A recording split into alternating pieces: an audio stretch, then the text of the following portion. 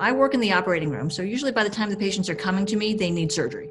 But a lot of the issues that lead them to need surgery or the intervention or the procedure in the first place should have been caught earlier and could have been avoided if we had just had a way to catch patients sooner or better and treat them more effectively.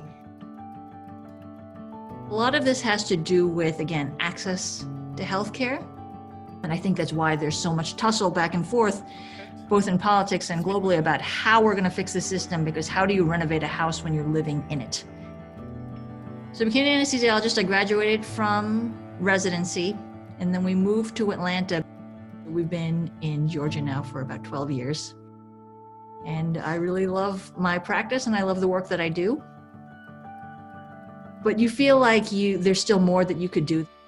So I went back to school and got a public health degree, thinking that that would be the way that I could pivot my clinical experience into helping more people at once. And that was a real eye-opener. The decision to run for state senate was a difficult one because it's really so different from anything I've ever had to do. It's so different from anything I had considered growing up or through my training.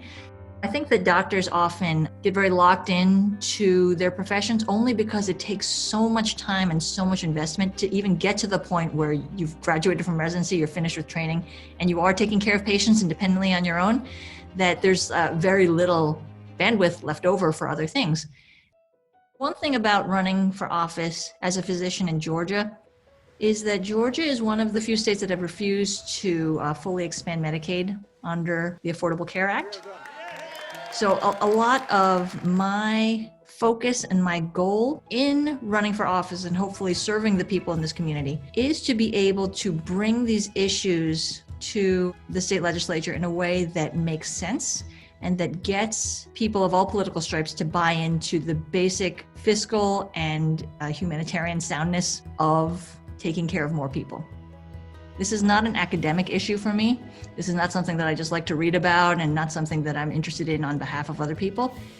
Not only is it important to me as a human, as a patient, as a potential future patient, it's important to me as someone who works within the system and understands better than probably most people the way this system should work better for all of us.